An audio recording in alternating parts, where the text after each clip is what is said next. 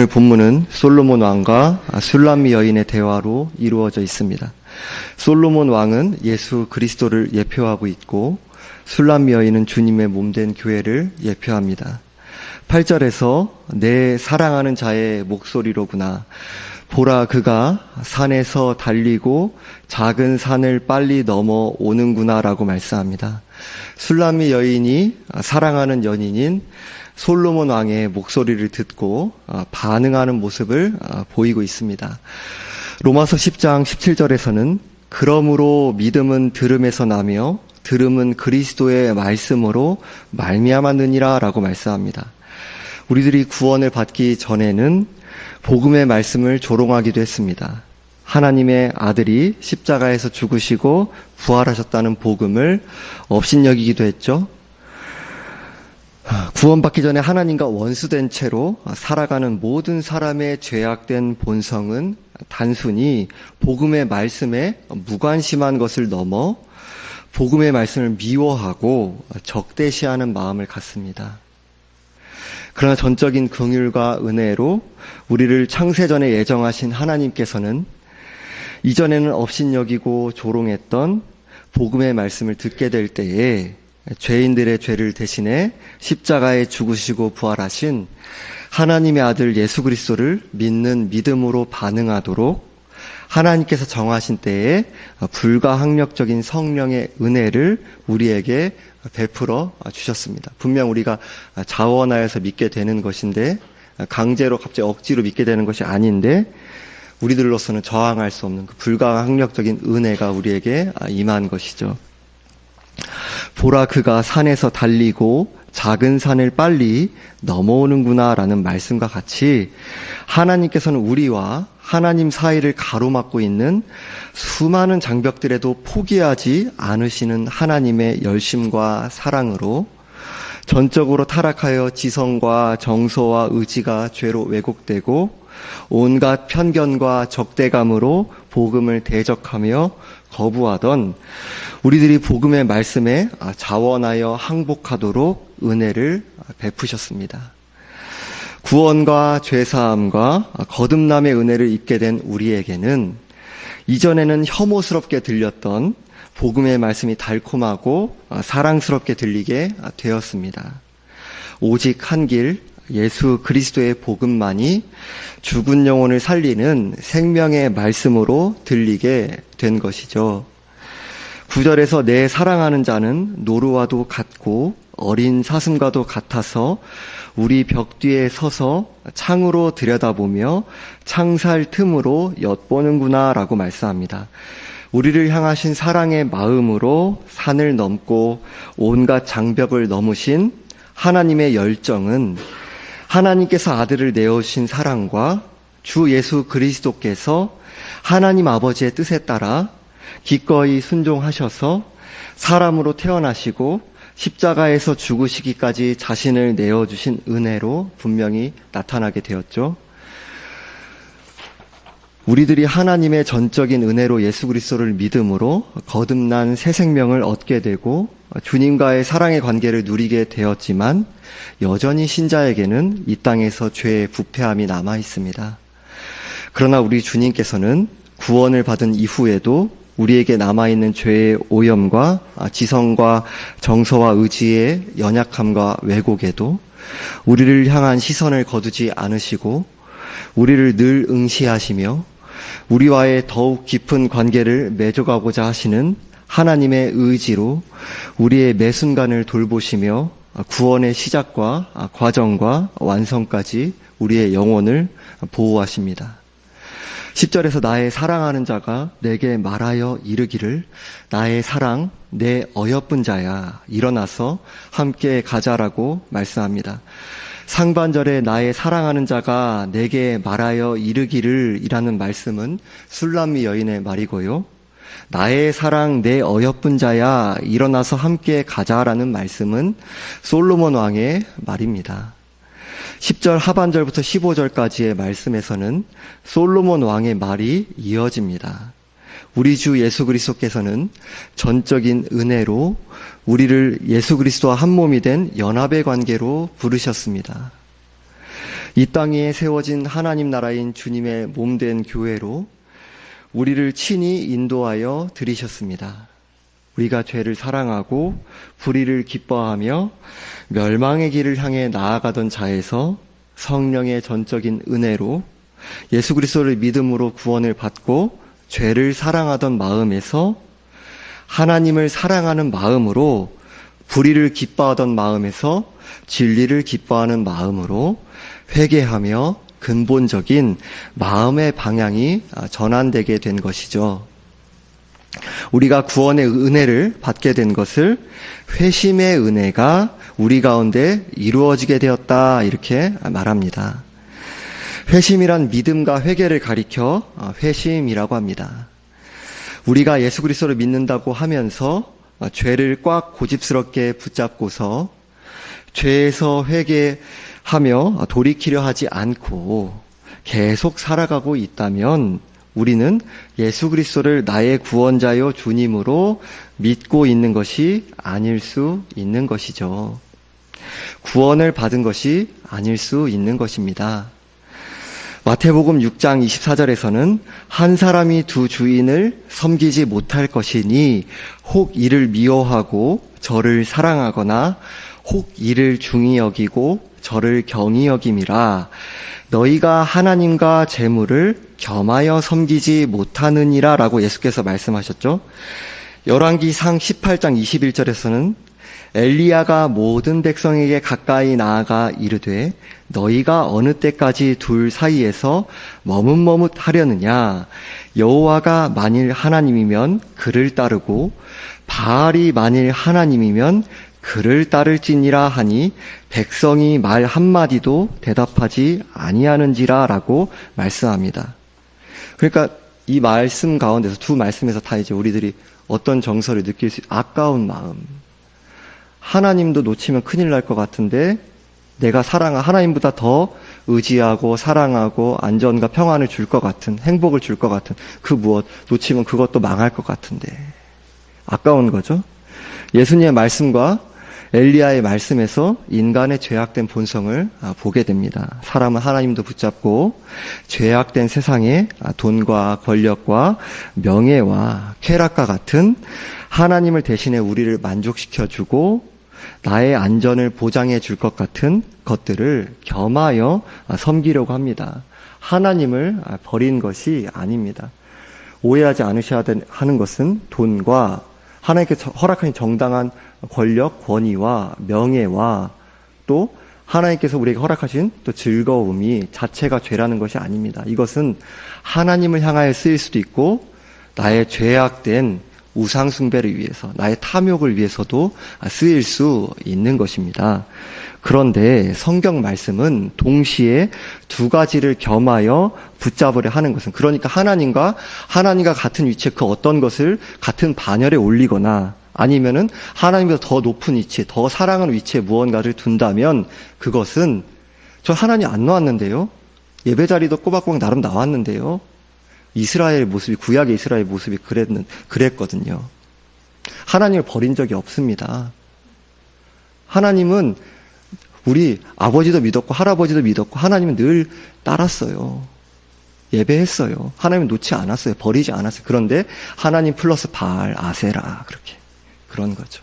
나에게 풍요를 주고 만족을 주고 나에게 대박을 보장시켜줄 것 같은 그것을 같이 붙잡은 거죠. 성경 말씀은 동시에 두 가지를 겸하여 붙잡으려고 하는 것은 하나님을 버린 것이다 라고 말합니다. 내가 꼬박꼬박 예배도 드리고 기도도 하고 헌금도 했다고 하더라도 우리의 마음에 하나님과 같은 위치에 또는 하나님을 더 사랑하는 무언가가 존재하는 우상 숭배의 자리로 고집스럽게 살아가며 회개하지 않고 있다면 구원을 받지 않은 것일 수도 있는 것이죠. 우상 숭배는 다른 신을 우리가 앞에 제사 지낸다 이것만을 말하는 것이 아니라 하나님보다 더 의지하고 사랑하는 그 모든 것이 아무리 선한 그 무엇도 심지어 우리의 예배와 그 어떤 종교의 그런 어떤 관련된 그 어떤 신앙에 관련돼 보이는 그 어떤 것도 단지 종교 생활로 우상 숭배로 전락할 수 있는 것입니다. 우리들이 구원을 받은 이후에도 이 세상의 돈과 권력과 명예와 쾌락과 같은 것들을 하나님보다 더 사랑하는 마음을 방치하며 죄악 가운데 타협하고 흔들리며 넘어질 때가 있습니다. 그러나 우리들이 주님을 믿는 믿음에는 늘 회개가 동반되어 있습니다. 그러니까 회심, 예수 그리스도 최초로 믿는 그 믿음과 회개에 그 순간에만 그 믿음의 회개가 동반되는 것이 아니라 본질상 믿음에는 회개가 동반되게 되어 있습니다. 우리의 믿음의 선배들은 믿음에는 반드시 회개가 수반되고 회개는 반드시 믿음을 근거로 한다라고 고백했습니다. 우리들이 주님을 믿고 의지하기를 간구하고 씨름할 때에 죄를 고집스럽게 꽉 붙잡고 회개하지 않으려 한다면 실제로는 마음이 갈라진 채로 하나님과 죄를 동시에 붙잡으려고 하는 것입니다. 우리들이 이 땅에서 가장 최고의 선한 행위를 하고 가장 거룩하게 빚었을 때에도 심지어 우리가 사도 바울과 같은 정도의 성화의 위치로 하나님의 은혜로 나아갔다 한다 할지라도 우린 이 땅에서 한순간도 죄의 오염의 영향을 받지 않고 있는 순간은 없습니다. 하나님의 기준으로는 그러한 수준도 걸음마를 뗀 정도에 불과합니다. 우리가 사람과 사람 사이에서 나를 자랑하고 내세우니까 그렇죠. 절대적인 전혀 죄가 없으신 거룩하신 하나님 앞에서는 아기가 걸음마를 뗀 것에 불과한 것입니다. 예수 그리스도의 의의 공로 때문에 우리의 연약한 예배와 순종과 선행을 하나님께서 기뻐 받아주시는 것이고요. 신자의 일생은 자신의 죄의 부패함과 하나님의 은혜의 크고 깊으심을 더욱 깊이 깨달아가며 계속해서 자신의 죄에 대해 회개하며 돌이켜 진리를 따르는 모습으로 나타납니다. 물론 지금 신자의 일생에서 계속되는 회개에 대해 말씀드릴 때에는 죄를 가볍게 여기거나 피상적으로 회개를 반복하는 것에 대해 말씀드리는 것이 아닙니다. 죄 지을 수도 있지 뭐 사람이 회개하면 되지 뭐 지금 이런 가벼운 회개, 죄에 대한 피상성을 말씀드리는 것이 아닙니다. 하나님을 아는 지식과 의와 거룩에 있어서 자라가는 하나님의 형상됨의 회복이 이루어져가는 이 땅에서의 구원받은 신자의 일생이 자라가는 모습에 대해 말씀을 드리는 것입니다. 우리들이 주님을 믿고 의지합니다라고 기도하고 고백하잖아요. 모두 그러실 것입니다. 그런데 동시에 죄를 고집스럽게 붙잡고 회개하지 않는다면 우리의 겉의 모습과 고백이 무엇이더라도 적어도 그 순간은 주님을 믿고 의지하는 것이 아닙니다.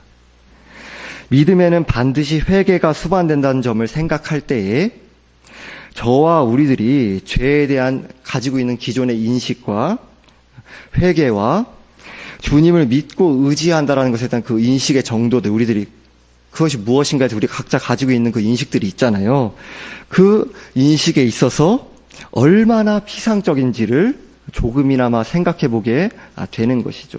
그러니까 하나님을 믿고 의지합니다. 전적으로 주님을 의지합니다. 그러게 간구합니다. 우리가 전적으로 의지합니다. 이게 우리 기도드리고 이렇게 이런 마음의 방향을 원한다고 또 고백하고 그랬잖아요. 근데 죄를 한끝은 뭐 드러내고든 은밀하게든 꽉 붙잡고 있는 거예요. 지금 갈라져 있는 거예요. 믿고 의지하는 게 아니잖아요. 믿음에는 반드시 믿습니다. 의지합니다. 라는 것에 반드시 회개가 수반되는 것입니다. 그냥 믿습니다. 의지합니다라고 하면서 그 순간에 죄를 같이 믿고 의지하는 것이 이제 아닌 것이죠. 물론 우리들이 죄에 대해서 자신에 대해서 죄에 대해서 얼마나 조금 알겠습니까? 그저 예수 그리스도의 의의 공로 때문에 우리 연약한 기도를, 연약한 고백을, 연약한 예배를, 연약한 섬김을 그저 하나님께서 받아주실 뿐인 것이죠.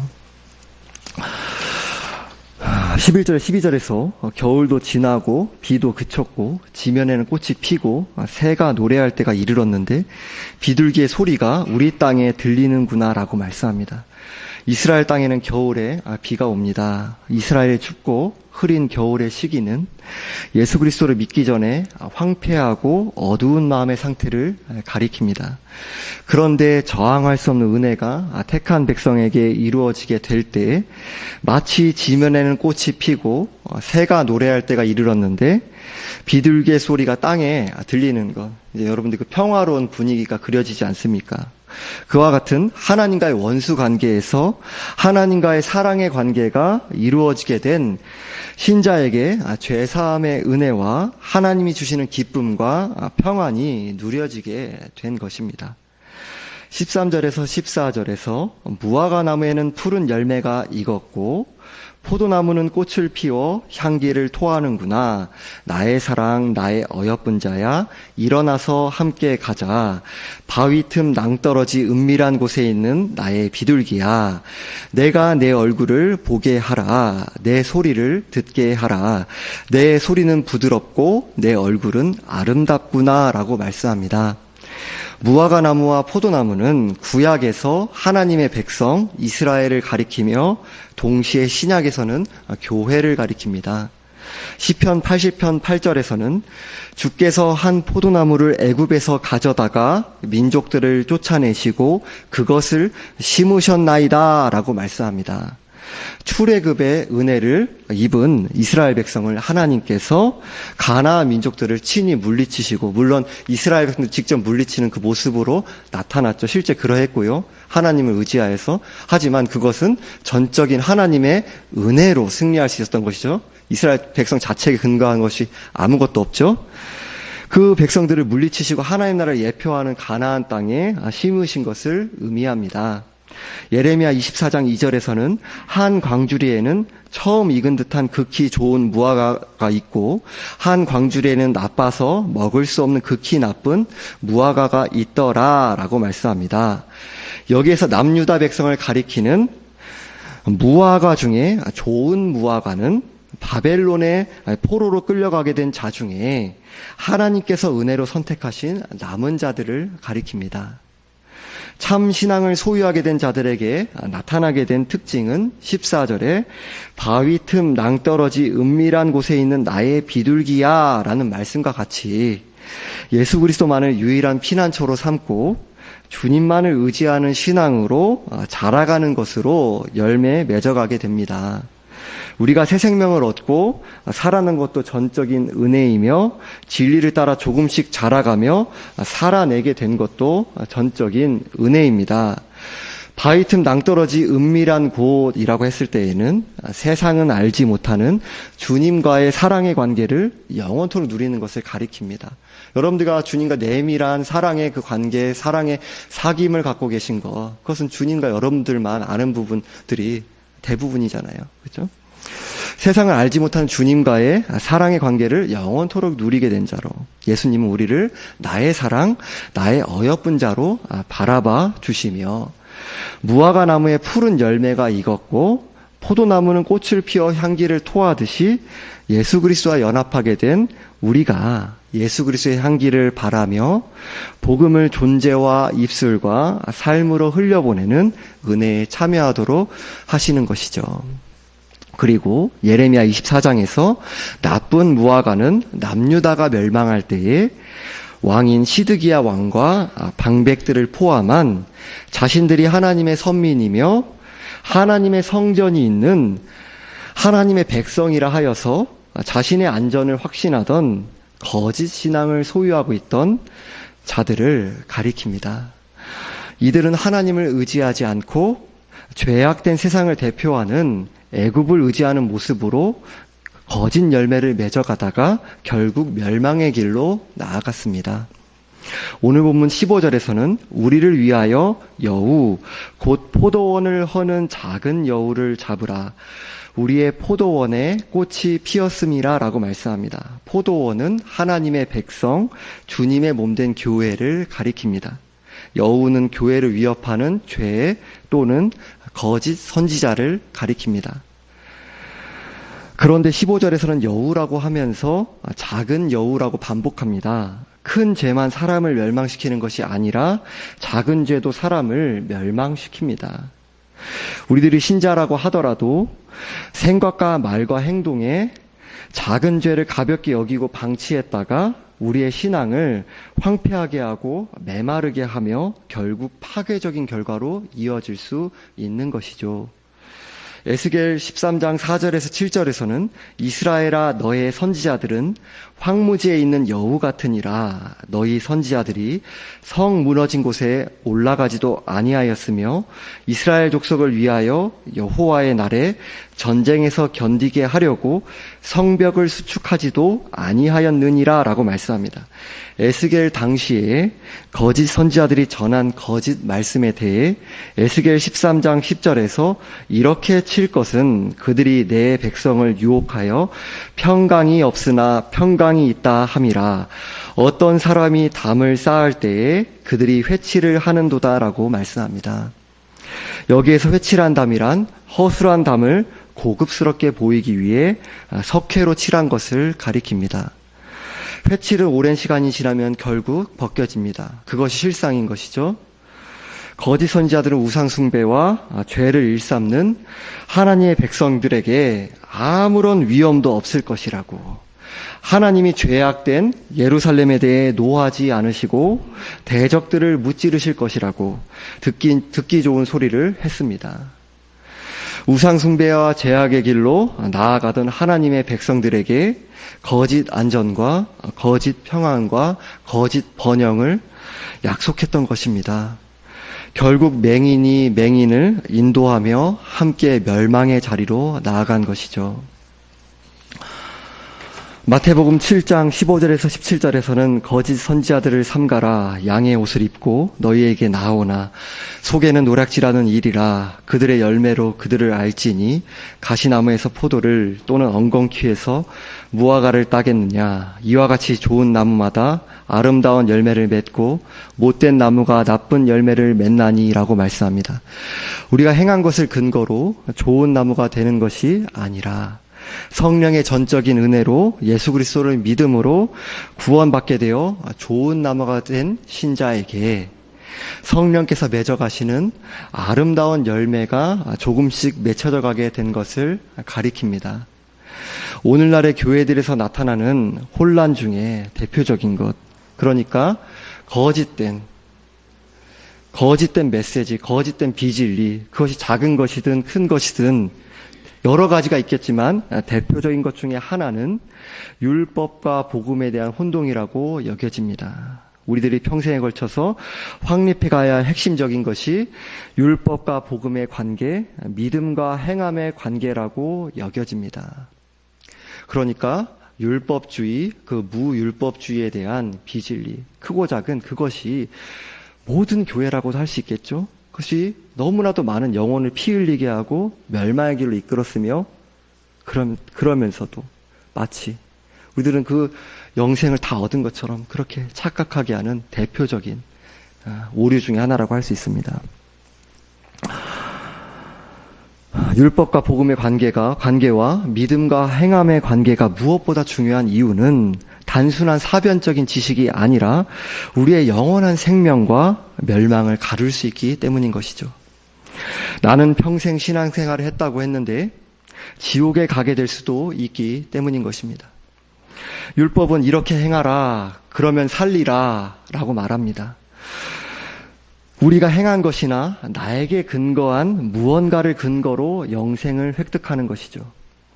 복음은 내가 너를 위해서 다 했다. 그러므로 믿기만 해라. 너는 살 것이다. 이렇게 약속합니다. 그렇게 말하는 것이죠. 율법은 모든 것이 내게 달려 있다라고 보는 것이고요. 복음은 모든 것을 예수 그리스도께서 다 이루셨다라는 것입니다. 율법은 우리가 행해야 하는 것이고요. 복음은 우리가 믿어야 하는 것입니다. 예수 그리스도를 믿는 믿음마저도 성령께서 전적인 은혜로 주시는 것입니다. 우리의 죄악된 본성은 복음보다 율법이 받아들이기 편합니다. 율법은 내가 행해서, 내가 성취해서, 내가 얻어내는 것이기 때문에 우리가 이 세상에서 대접받고 성공하며 보상받는 인간의 일반적인 교육과 사회의 원리와 맞아떨어지기 때문입니다. 늘 이런 메시지를 들으면서 우리들이 사회생활을 하고 있잖아요. 복음은 내 안에 원인이 전혀 없는데 예수 그리스도께서 전적으로 이루신 은혜를 근거로 이루어졌기 때문에 우리의 본성과 맞지 않습니다. 우리들이 율법을 지켜서 영생을 획득할 수 있으려면 겉으로 드러나는 행위에서 계속해서 완전할 뿐만 아니라 하나님의 영광을 위하며 하나님과 이웃을 사랑하는 마음에서까지 계속해서 완전해야 합니다. 따라서 나에게 근거한 어떤 것으로도 구원을 받을 수 없고 우리는 멸망의 자리로 가게 되었다는 우리의 비참한 실상을 율법의 말씀은 폭로합니다. 우리는 나에게 근거한 모든 자기 의를 내려놓고 오직 예수 그리스도를 나의 구원자가 되시며 나의 주인이신 주님으로 믿는 믿음으로만 구원을 받을 수 있습니다. 자기 의란 자기에게 근거한 자기 행위와 자기 공로를 의지하고 자랑하는 것을 가리킵니다. 우리는 자기 잘남과 남다른 의지와 행위를 근거로 결코 구원을 받을 수 없습니다. 또한 구원을 받은 신자에게는 아름다운 열매, 그러니까 거룩의 열매, 성령께서 빚어가시는 성품의 열매가 조금씩 맺혀져 가게 되었다는 것을 말씀드렸습니다.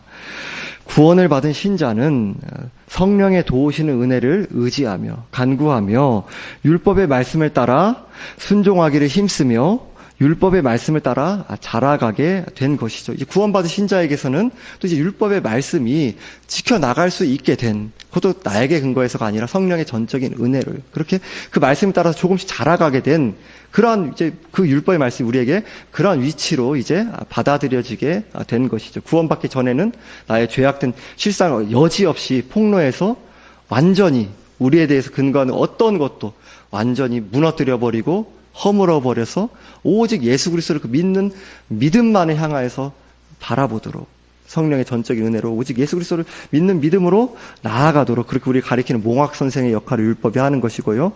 우리 예수 그리스도를 믿는 믿음을 은혜로 소유하게 되었을 때 그 말씀은 이제 그 말씀에 따라 지켜나가게 된, 지켜나가기를 간구하고 또 연습하며 힘써 나가며 자라가게 된 그러한 우리의 그러한 말씀으로서의 위치를 가지는 것입니다.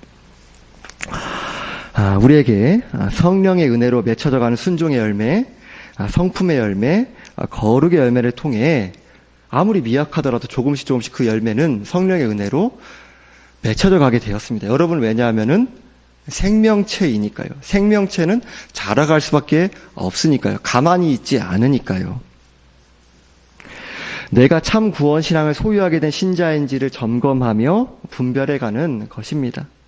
행위로는 전혀 구원을 받을 수가 없고 전적인 은혜로 구원을 받습니다. 그러나 구원을 받은 신자에게는 말씀에 순종하는 열매가 은혜로 조금씩 맺혀져 갑니다. 그러나 구원의 시작뿐만 아니라 우리가 구원을 받은 이후에 거룩하게 빚어져가는 구원의 과정과 구원의 완성까지 자기 공로와 자기 자랑이, 자기 의의가 들어설 자리는 전혀 없습니다. 살아남도 전적인 은혜이며 살아냄도 전적인 은혜입니다. 이어지는 16절과 17절의 말씀은 술람이 여인의 말입니다. 16절에서 내 사랑하는 자는 내게 속하였고 나는 그에게 속하였도다. 그가 백합화 가운데에서 양떼를 먹이는구나 라고 말씀합니다. 내 사랑하는 자는 내게 속하였고 나는 그에게 속하였도다 라는 말씀에서 예수 그리스도와 교회가 연합하게 된 아름다움을 나타내고 있습니다. 예수 그리스도를 믿는 사람들의 모임인 우리 주님의 몸된 교회의 각 지체들은, 우리의 신자들은 백합화 가운데서 양떼를 먹이시는 아름답고 은혜로우신 목자이신 주님을 향한 사랑과 기쁨의 마음이 우리에게 이루어지게 되었죠. 우리에게 그 마음이 새롭게 주어지게 되지 않았습니까? 시편 8편 1절에서는 여호와 우리 주여 주의 이름이 온 땅에 어찌 그리 아름다운지요 라고 말씀합니다.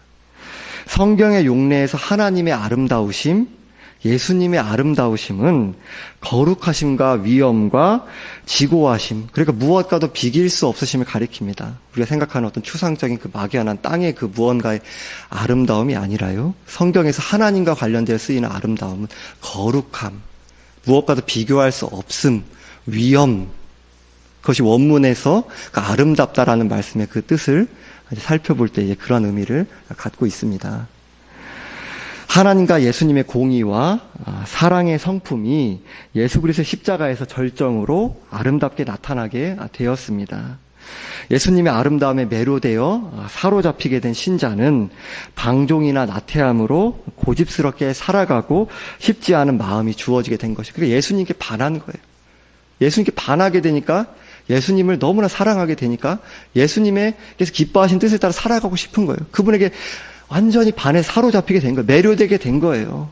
온 마음을 다해서 잘 안 되지만, 연약함이 있지만, 주님 잘해보고 싶어요. 그 말씀 따라 살아가고 싶어요. 도와주세요. 그러면서 또 너무나도 그러할 때 말씀 가운데 우리들이 또 넘어지고 실패했을 때도 너무나 슬프게 또 회개하게 되고 애통하게 되고, 지금 도와주세요. 멈출 수가 없는 거죠. 우리 때로는 죄의 어리석음에 타협하며 넘어지더라도, 잠시 주저하더라도 우리 주님을 더욱 사랑하고 싶고 성령의 은혜 안에서 거룩하신 주님을 닮아가는 발걸음을 포기할 수 없는 것입니다. 누가 말려도 성령을 의지하여 우리의 전 인격을 기꺼이 드리게 되는 것입니다. 못 말리는 거죠. 주님, 이렇게 여전히 죄가 많은, 덕지덕지 묻어있는 너무 부족한 저희지만 죄에 대해 합리화하지 않고 타협하지 않고 진실한 신앙으로 나아가기 원합니다. 도와주세요. 그렇게 말씀 따라 자라가기 원합니다.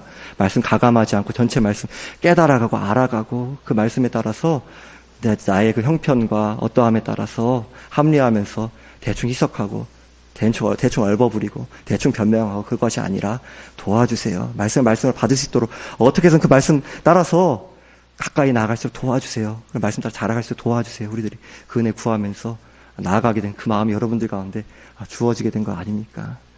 17절에 내 사랑하는 자야, 날이 저물고 그림자가 사라지기 전에 돌아와서 베데르산의 노루와 어린 사슴 같을지라 라고 말씀합니다.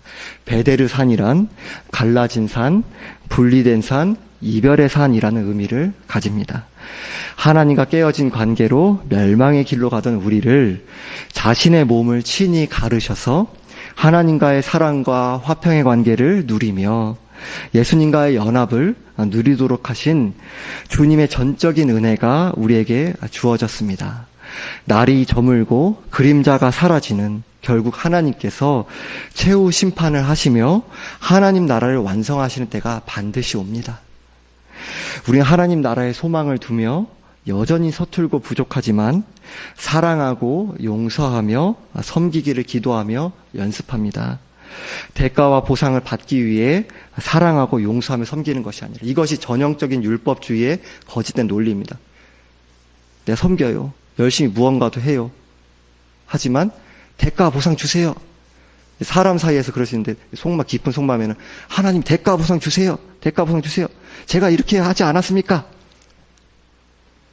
하지만 우리는 이미 예수 그리스도 안에서 모든 것을 이미 받았고 또 받고 있고 누리는 자로 주님의 진리와 사랑과 은혜를 기쁨으로 흘려 보내는 것이죠. 기도드리겠습니다. 하나님 아버지, 감사합니다. 우리에게 복음의 은혜를 주셔서 감사합니다. 복음 안에서 이미 모든 것을 소유한 자로 우리 주 예수 그리스도의 아름다우심을 바라보며 그 예수님께 반한 자로 예수님께 매료되어서 우리의 전 인격을 기꺼이 기쁨과 감사함으로 진리의 말씀을 따라 드려나갈 수 있도록 도와주옵소서. 우리 주 예수 그리스도의 이름으로 기도드립니다. 아멘. 찬송가